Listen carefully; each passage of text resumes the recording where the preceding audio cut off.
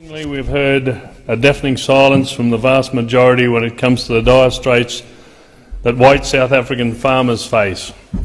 And while there's been a courageous few that have stepped up and spoken out on the issue, media attention has seemingly fallen by the wayside.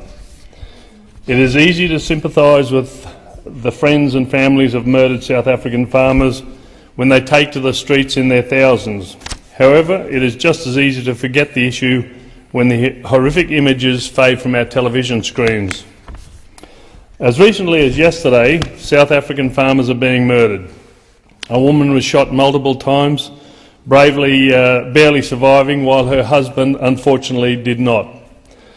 Debbie Turner, a South African farmer's wife, gives another example of the brutality that really faces the South African farmers every day.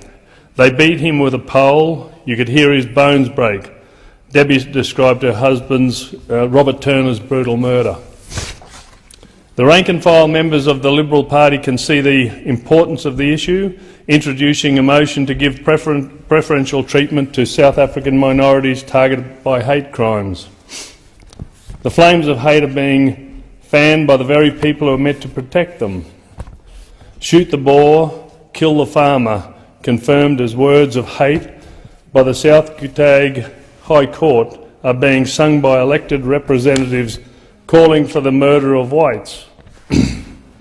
And while some say that farm murders are decreasing, the number of targeted attacks have increased year on year.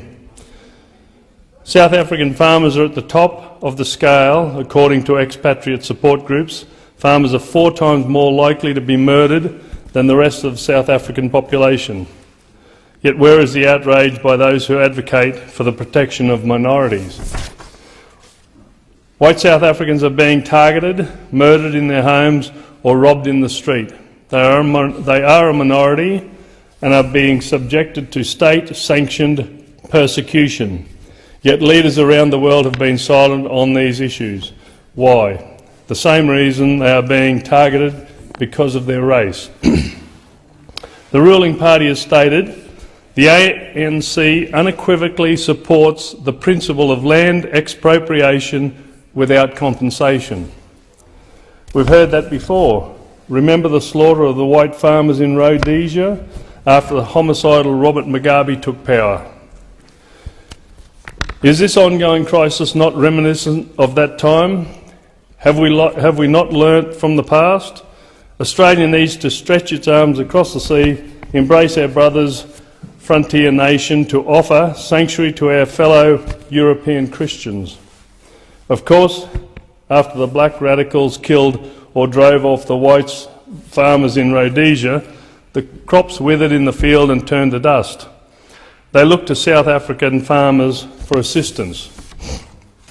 Well, it seems that the radicals in Africa have very short memory.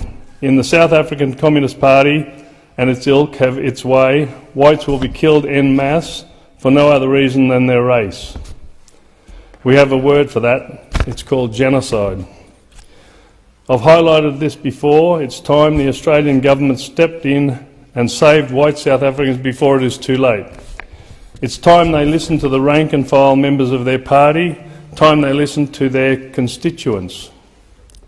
I reiterate my strong support for Minister Dutton's call for prioritising persecuted white South African refugees.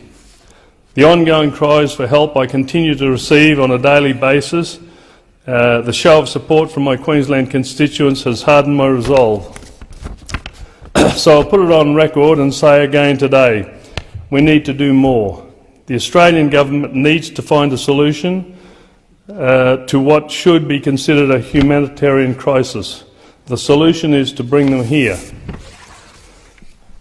Unlike the Muslim fake refugees, much loved by the Greens and company, who come here to live in public housing and collect welfare, white South African immigrants to Australia have a strong record of self-reliance, integration into the community, working hard and paying taxes.